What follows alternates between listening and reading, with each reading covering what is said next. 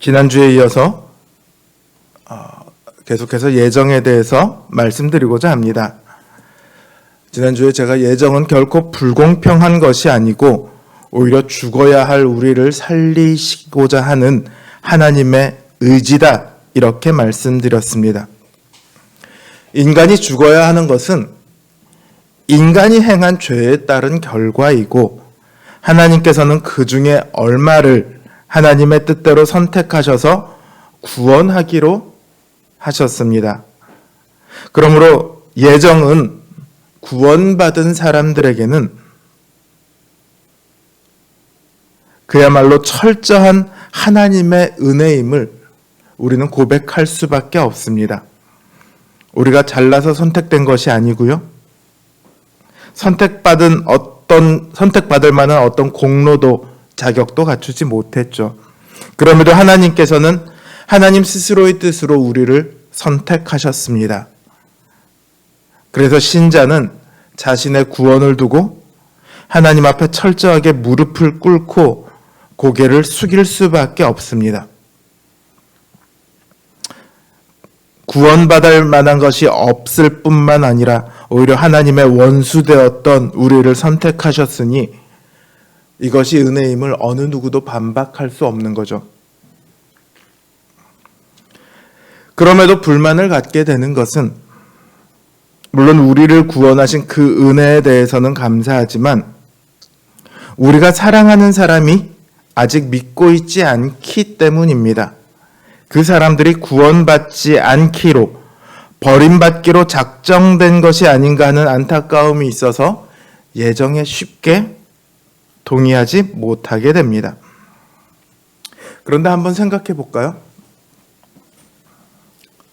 입양하는 것에 대해서 저는 예정이 입양과 참 비슷한 면이 있다고 생각을 하는데, 입양하는 것에 대해서 한번 생각을 해보죠.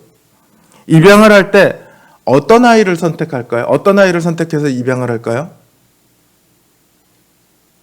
어떤 부모는 예쁜 여자아이를 입양합니다.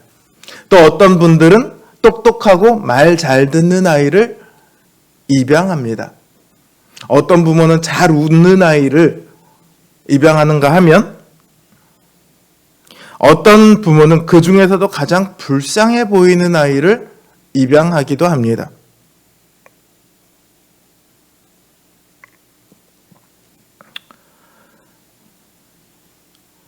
그 부모는 무엇을 보고 아이를 선택합니까? 가장 부모에게 유익할 것 같은 아이를 선택하나요? 그렇지 않죠. 물론 가끔 그런 이상한 사람도 있습니다만 일반적으로 입양하려는 부모는 자신의 유익함을 위해서가 아니라 긍휼과 그 다음에 자신의 뜻에 맞는 아이를 선택을 합니다. 아이가 무엇을 했기 때문이거나 혹은 무엇을 해줄 것을 기대해서 입양하지 않는다는 말이죠. 이처럼 사람이 누군가를 입양할 때도요, 자신의 뜻에 맞는 사람을 입양을 합니다. 거기다 대고 왜 너는 그 아이를 입양했어? 왜 저 아이를 입양하지 않았어? 이렇게 말할 권리가 아무도 없습니다. 하물며 사람이 이렇게 누군가를 입양할 때도 자신의 뜻에 맞는 사람을 입양하는데, 하나님께서 누군가를 선택하실 때 자신의 뜻대로 선택하실 권한이 없으실까요? 왜 없으시겠어요? 우리는 일단 여기서부터 출발을 해야 되는 거예요. 하나님의 뜻이 이 구원받은 자와 구원받지 못한 자를, 정확하게 얘기해서 구원받지 못한 자들 가운데서 구원받을 자를 선택해내실 때 철저하게 하나님의 뜻대로 하신다, 이 부분을 우리가 인정해야 합니다. 여기 대해서는 구원하시는 자의 마음대로, 뜻대로 행하시는 거죠. 또한 아직 그 사람이 믿지 않고 있다고 해서 그 사람이 선택되지 않은 사람이다, 어떻게 확신할 수 있겠습니까? 우리는 예정을 자꾸 우리 구원의 제일 앞에다가 갖다 놓으려고 합니다. 예정했으니까 그래서 믿게 되었다. 분명히 맞는 말이지만요. 이것은 우리가 결과적으로만 알 수 있는 이야기예요. 예정해서 우리는 믿었어? 그래서 안 믿은 사람은 예정하지 않아서 안 믿은 거야. 이런 결론을 내리면 성경에서 예정을 말하는 그 의도와 전혀 다른 길로 가게 됩니다. 성경에서 우리에게 예정을 말할 때는요, 우리의 구원이 어떤 하나님이 정해주신 운명이다, 이런 이야기를 하기 위해서가 아니에요. 성경이 예정을 말하는 이유는 우리의 구원이 얼마나 은혜로 이루어졌는가, 그리고 그 구원이 얼마나 확고한가를 우리에게 알려주기 위해서 예정을 말하는 겁니다. 그러니까 예정은 더욱더 하나님께 감사하며 그 믿음을 지켜나가라, 이런 의도에서 우리에게 말씀해 주신 거예요. 예정이 마치 우리의 운명을 좌우하고 결정짓는 것처럼 만들어버리면요, 우리는 신앙생활을 할 수 없습니다. 제가 여기에 있지만 제가 예정된 사람이 아닐 수도 있잖아요. 교회를 다니다가 떠나가는 사람도 분명히 있다고. 그리고 우리는 그 사람들은 예정되지 않은 사람이었나 보다, 이렇게 얘기를 하죠. 제가 지금은 여기 있지만 3년 뒤에 이 자리 없을지 어떻게 합니까? 만약에 우리가 그거를 생각하면 내가 지금 교회를 나가고 있지만 나는 예정되지 않은 사람일 수도 있어, 이거를 전제하고 우리가 교회를 나온다면 누가 그 신앙생활을 제대로 해낼 수 있겠습니까? 신앙생활을 할 이유가 없어질 수도 있는 거예요. 하나님의 예정은 우리의 운명을 콱 하고 이렇게 우리한테 콱 하고 정해 주셔서 너는 이렇게 해야만 해, 이런 꼭두각시로 만드는 게 결코 아닙니다. 자, 제가 지금부터 하나 둘 셋 한 다음에 손을 들 거예요. 예? 들지 말지. 아직 손을 들 수도 있고 안 들 수도 있어요. 아직 안 정했어요. 하나님께서는 제가 손을 드는 것으로 작정했을까요? 안 드는 것으로 작정했을까요? 모르죠. 저도 아직 안 정했어요. 제가 손을 안 든다면 안 들기로 작정하신 걸 거고요. 손을 든다면 들기로 작정하신 걸 거예요. 자, 하나, 둘, 셋 들었습니다. 하나님은 손을 들기로 작정하신 거예요. 자, 제가 여기서 다시 한쪽 손만 들겠습니다. 오른손, 왼손. 어느 손을 들기로 하나님께서는 작정하셨을까요? 모르죠. 저도 아직 안 정했다니까요. 하나, 둘, 셋. 오른손을 듭니다. 그럼 오른손을 들기로 작정하신 거예요. 작정은, 하나님의 정하신 뜻은 이처럼 일이 끝나고 나야지만 우리가 확인할 수 있습니다. 만약 하나님께서 내가 오른손을 들도록 작정하셨다는 것을 제가 미리 알았다면 어떻게 했을까요?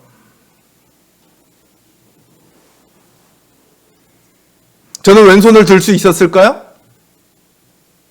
모르겠어요. 하나님의 작정을 거슬려서 제가 할 수 있는지 없는지는 모르겠지만 적어도 저에게 자유는 없을 거예요.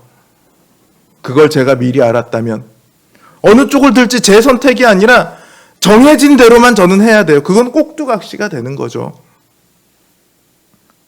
하나님께서 우리를 꼭두각시로 만들려고 하셨다면요, 우리에게 우리의 미래를 다 알려주셨을 거예요. 그러나 하나님은 그렇게 하지 않으셨죠. 하나님의 작정은 물론 완전합니다. 모든 것을 다 알고 계시고 모든 것을 다 정해 놓으셨어요. 그럼에도 그 작정을 우리에게 알려주지 않으셨습니다. 그래서 일이 이루어지기 전에는 결코 알 수 없습니다. 하나님의 작정은요, 그래서 우리의 자유를 결코 침해하지 않습니다. 우리의 자유를 없애지 않습니다. 우리의 자유를 여전히 보장하고 있습니다. 하나님의 작정을 모르기 때문에 우리는 우리의 자유를 따라서 행동합니다. 작정을 숨기신 것 자체가 우리를 위한 하나님의 또 다른 은혜라는 거죠. 그런데 우리는 자꾸 그걸 알고 싶어 해요. 제가 중고등학교 때 이제 저희 동네에는 부흥회가 정말 많았어요. 부흥회만 많은 게 아니라 그때는 뭐 방언에 은사 받은 분들도 워낙 많았고 각종 은사 받은 분들이 많았어요. 동네 분들이 툭하면 어느 동에 예언기도 잘하는 권사님이 있다는데 가보자.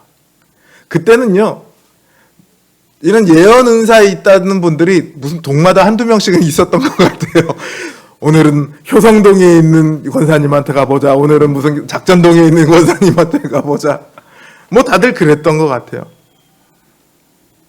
제가 다른 은사는 거의 다 인정을 하는데, 그래서 예언의 은사는 인정을 안 합니다. 예언의 은사는 자칫 잘못하면 우리를 꼭두각시로 만들 수 있거든요. 우리의 자유를 배제할 수 있거든요. 하나님의 뜻이 숨겨진 우리의 미래에 대한 작정은 우리에게 알려진 것이 없습니다. 그렇게 알려주시지 않았어요. 하나님께서 우리 작정 중에서 우리에게 알려주신 것이 물론 있긴 합니다. 하나님의 말씀인 성경을 통해서 우리에게 알려주신 것들이에요. 계명, 약속, 종말의 예언 같은 것들이 그런 겁니다.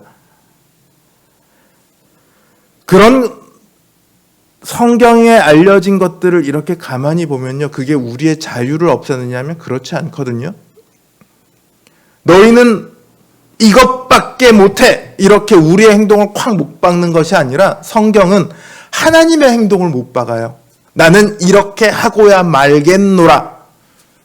하나님의 의지로 하나님의 행동을 규정하지, 너는 이것밖에 못해, 이거 안 할 수는 없어, 이렇게 우리의 행동을 규정해 놓진 않았다는 거예요.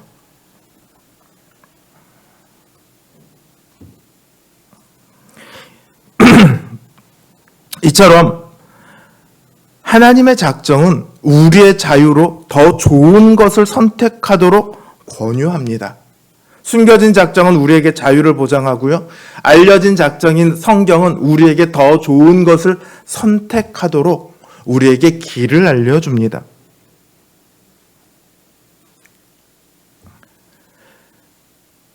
그래서 우리는 그 좋은 것을 우리가 선택했을 때 그 선택이 우리에게서 온 것이 아니라 하나님의 호의로부터 출발한 은혜임을 우리는 고백할 수 있죠.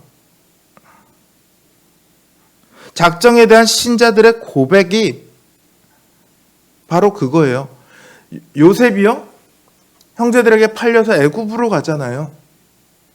형제들을 다시 만납니다. 거기서 요셉이 뭐라고 하죠? 하나님께서 당신들을 살리고자 나를 이 애굽에 팔리게 하셨다. 요셉에게 있었던 일은 말로 총리가 되었다? 이게 중요한 게 아니라 그 과정까지의 수십 년의 시간이 말로 할 수 없는 고통의 시간이었다고요. 노예의 시간이었고 옥에 갇힌 시간이었고, 그걸 두고 하나님께서 행하신 시간이었다.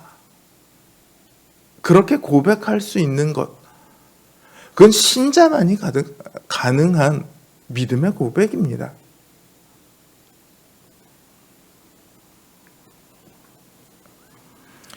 제가 왜 이 작정과 자유에 대해서 이야기를 하냐? 하나님께서 누군가를 구원하기로 예정하셨고 누군가를 구원하지 않기로 예정하셨다는 그 사실이 하나님께서 우리가 사랑하는 누군가를 못 믿도록 못 박아 놓으셨다, 이런 얘기가 아니라는 거예요. 그 사람이 예정되었는지 아닌지 우리는 알 수 없어요. 제가 중고등부 수련회를 그래도 좀 했었는데, 중고등부 수련회를 하다 보면 이번 수련회 가면 얘는 믿을 것 같아. 이런 애들이 있어요. 교회도 오래 좀 다녔고 성경 공부도 이제 열심히 하고 요즘 들어서 교회 열심히 나오고 이런 애들이 눈에 딱 보이죠. 아, 이번 수련회 가면 얘가 정말 믿을 것 같아. 근데 수련회를 갔다 왔는데 얘는 그 상태 그대로예요. 근데 전혀 엉뚱하게 이제 새로 온 지 2주 된 애가 갑자기 눈물을 펑펑 흘리면서 자기 죄를 고백하고 예수를 구주로 영접하는 거예요. 전혀 예상하지 못한 상황이죠. 근데 우리의 구원에 대한 부분이 그렇다고요. 우리가 예상할 수 없는 영역이에요. 이 사람은 구원받을 것 같아라는 사람이 죽을 때까지 구원 못 받을 수도 있습니다. 이 사람은 절대 구원 못 받을 사람이야. 그런 사람이 오히려 구원을 받을 수도 있습니다. 기독교의 유명한 사상가라고 할까, 작가라고 할까, 그런 분들이 있어요. 어거스틴이나 C.S. 루이스나 이런 분들의 공통점이 뭔지 아세요? 파스칼이나 이런 분들의 공통점이 뭔지 아세요? 기독교를 대적해서 논리적으로 기독교가 틀렸다는 것을 입증하려고 했던 사람들이에요. 그 사람들이 하루아침에 바뀌어서 어떻게 됐느냐? 가장 기독교를 증거하는데 앞장섰던 사람이 되었다는 거죠. 그러니까 우리는 이 사람이 예정되었는지 아닌지 그거를 생각할 필요가 없습니다. 그 사람에게 그냥 복음을 전하면 됩니다. 우리가 알 거는요, 하나님께서는 누군가를 죽이기를 원하셔서 예정을 하신 것이 아니라 누군가를 살리기를 원하셔서 예정하셨다는 거예요. 죽이는 건 너무 쉽습니다. 예정할 필요가 없습니다. 아담과 하와가 범죄했을 때 그냥 그대로 내버려뒀으면 돼요. 예정할 필요가 뭐가 있습니까? 하나님께서 예정하신 것은 그 모두가 죽을 가운데 누군가를 살리기 위해 예정하신 거라고요. 하나님의 작정의 초점은요, 살리는 데 있습니다.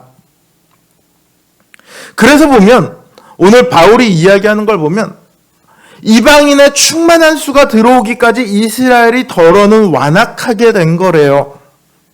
그리고 그 이방인들을 시기함으로 이스라엘 또한 구원을 받는데요. 지금 상태는 아니죠. 예수님께서 오시기 전까지라면 이스라엘도 구원받지 못하고 이방도 구원받지 못합니다. 그러나 하나님께서 그 구원을 이스라엘이 아닌 또 다른 길을 예수 그리스도의 복음을 주셔서 이방인들의 구원을 만들어내셨고 그 이방인들을 시기해서 이스라엘도 구원하시기로 그렇게 작정하셨다는 거예요.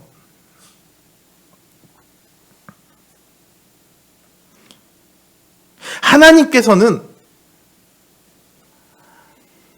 살리기를 원하고 계세요.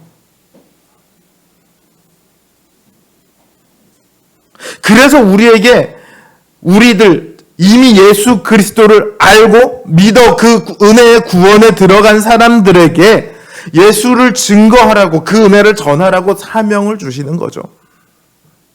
야, 나는 네가 예정된 사람인지 아닌지 몰라서 복음을 못 전하겠어. 이런 생각을 할 필요가 없다는 거예요.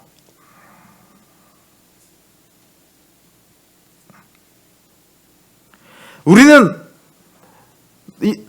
예정에 대해서 자꾸 오해함으로 전도를 오히려 못하게 됩니다. 크게 두 가지의 오해가 있어요. 어떤 오해가 있냐? 첫째는 어차피 선택을 못 받았으면 구원도 못 받았을 텐데 뭐하러 전도하냐? 그 사람에게 말씀 전할 이유가 없지 않냐?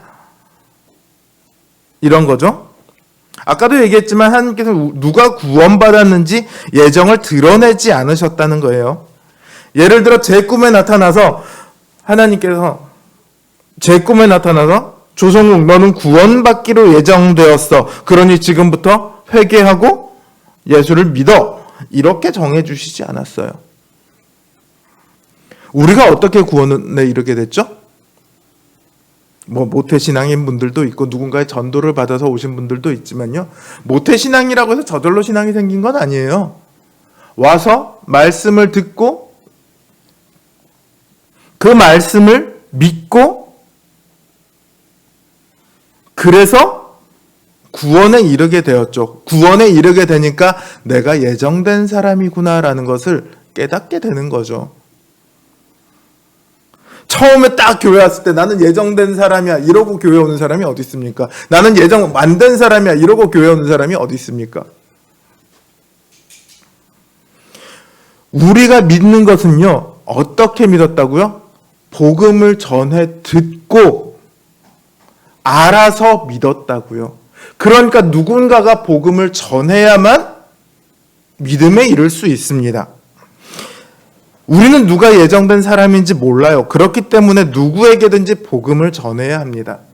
유명한 얘기가 있어요. 하나님의 예정은 있다. 그러나 그 예정이 없는 것처럼 살아라.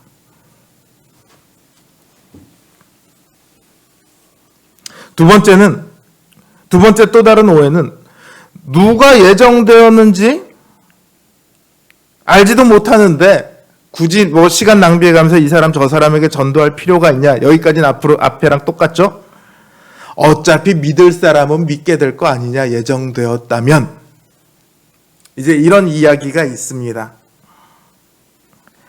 하나님의 작정은요, 최종적인 결론인 구원의 여부만 결정하는 게 아니에요. 그 과정까지도 다 포함하고 있습니다. 만일 하나님께서 어떤 사람을 구원하기로 작정하셨다면 하나님께서 그가 복음을 듣도록 작정하신 거고요. 그가 믿고 회개하도록 작정하신 거예요. 조금 전에 말씀드렸던 것처럼 복음의 말씀을 듣는 사람은 그냥 어느 순간에 구원을 받는 게 아니라 말씀을 듣고 그 말씀을 믿고 그래서 예수 그리스도를 영접하죠. 그러니까 누군가가 복음을 전해야 한다는 거예요. 제가 전하지 않으면 누군가는 전할 거예요. 그 사람이 예정된 사람이라면 내가 전하지 않아도 누군가는 전할 거예요. 그래서 그 사람은 전해 듣고 구원을 받을 거예요. 그 사람에 대한 예정은 그렇게 끝난다고 쳐요. 그럼 저는 뭐죠? 저는 하나님께서 맡기신 사명을 감당하지 못한 정도가 아니라 그냥 내팽겨친 거잖아요. 이건 그야말로 최악입니다. 왜 최악이냐면 이런 생각의 바탕에는 뭐가 있냐면 내 구원은 하나님의 철저한 은혜로 주어진 것이다. 이런 개념이 아니고 나는 예정되었기 때문에 믿은 사람이구나. 나는 구원받기 마땅한 존재구나. 이런 생각이 들어있는 거예요. 구원받는 걸로 그냥 끝나는 인생이 돼버리는 거예요. 구원은요, 단순히 죽을 우리를 살렸다. 이 상황이 아니라 살아가게 한다는 거예요. 죽은 사람과 산 사람의 차이가 뭐가 있습니까? 심장이 뛰어요. 피가 돌죠. 호흡을 하죠. 먹어야 하죠. 또한 움직이고 눈으로 보고 말을 하고 이런 게 없으면 산 사람이 아니죠. 구원을 받았어요. 영원한 생명 가운데 있어요. 근데 생명의 흔적이 하나도 나타나지 않아요. 그럼 그 사람이 생명 가운데 있다고 어떻게 얘기할 수 있습니까?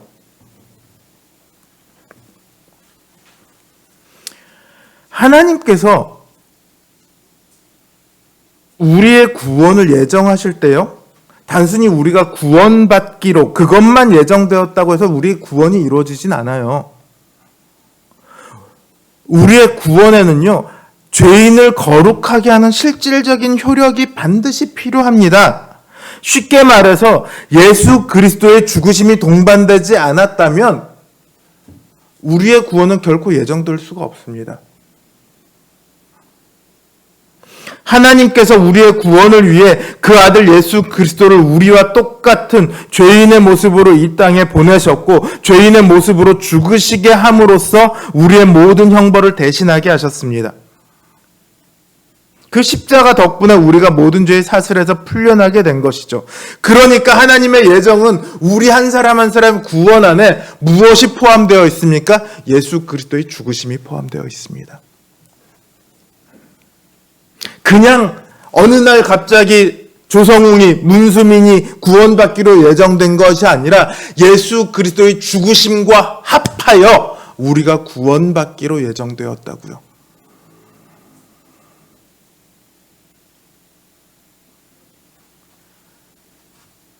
그러니까 우리의 예정 그 안에 얼마나 놀라운 은혜가 있는지 우리가 그걸 기억한다면, 그 은혜에 감사한다면 주님께서 맡기신 사명을 어떻게 내팽개칠 수 있겠습니까?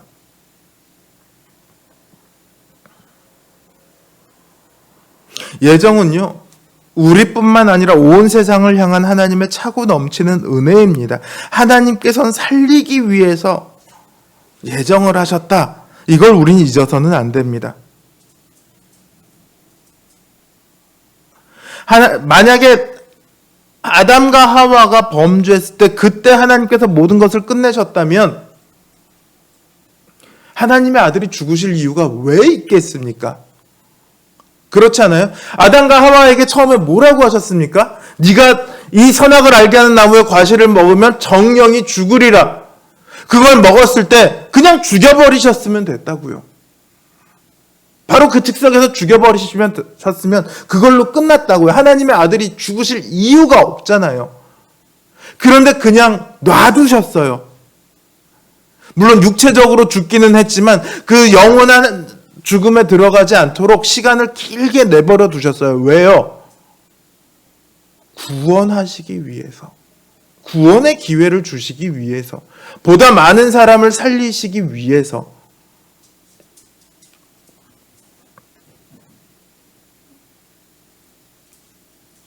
그리고 이제 그들을 구원할 사명을, 그 은혜를 먼저 맛본 사람들에게 주셨어요.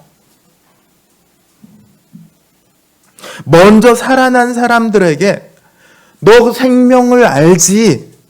그 생명을 살아있는 사람처럼 살아봐. 그리고 그 살아있는 생명을 저 죽어가는 사람들에게 전해봐.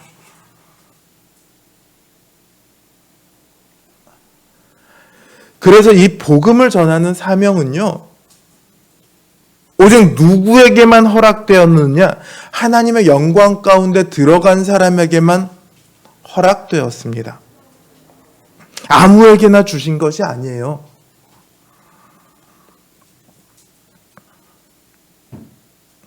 그야말로 이 사명이 주어진 것 자체가 우리에게 영광이고 은혜입니다. 이 사명은 무슨 회사에서 월급 주고 너 일해 이러는 것과는 차원이 너무도 다른 그런 거예요. 여러분 만약에 요즘 이제 취업해서 막 사람들 취업 시험 보기도 하고 그러고 있던데, 삼성에서 초등학교만 졸업한 사람을 특채로 뽑았다고 해봅시다. 누군가는 수근수근 거리겠죠. 쟤는 뭔데 쟤만 뽑아? 뽑힌 사람은 어떨까요? 그 사람은요, 그야말로 삼성에 충성을 다합니다. 집에 있는 LG 제품 다 갖다 버리고 무조건 삼성 거 사다 놓고 어디 가서 뭐라고 얘기합니까? 삼성이 최고야! 누가 삼성 비난하는 사람이 있으면 네가 몰라서 그래. 삼성이 어떤 회사인지 네가 몰라서 그래. 이렇게 하지 않겠어요? 하물며 만물의 주이신 하나님께서 절대 자격이 없던 우리를 하나님의 백성으로 삼아주시고 나아가 그 사명을 우리에게 주셨습니다. 이 사명이 어떤 사명인지 아세요? 원래 누구의 사명입니까? 예수 그리스도의 사명이라고요. 주님만이 하실 수 있던 일이라고요. 그걸 이제 우리도 할 수 있도록 우리에게 권한과 권세와 능력을 함께 부여해 주셨습니다. 그게 우리에게 주어진 증인의 사명이에요. 이 사명이 얼마나 영광된 것인데, 얼마나 은혜로운 것인데 그걸 그냥 내팽개칠 수가 있겠습니까? 만약에 나는 전도 안 할래. 뭐 해봤자 뭐 누가 듣는지 알지도 못하겠고 내가 전도해봤자 잘 듣지도 않더라.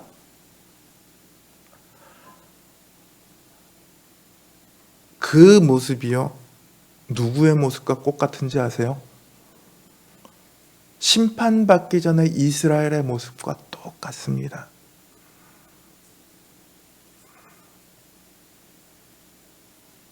이스라엘이 심판받게 된 결정적인 원인은 물론 하나님에 대한 믿음 자체가 없어진 것도 있지만요, 겉으로 보여줄 때는 이스라엘이 온 세상을 향한 제사장 나라라는 자기의 사명을 팽개치고 우리들은 선택된 민족이야 그 선민사상에 빠져들어서 더 이상 하나님께서 맡기신 사명을 감당하지 못하게 되었기에 하나님께서 이스라엘을 버리신 거예요. 그리고 또 다른 길을 마련하신 거죠.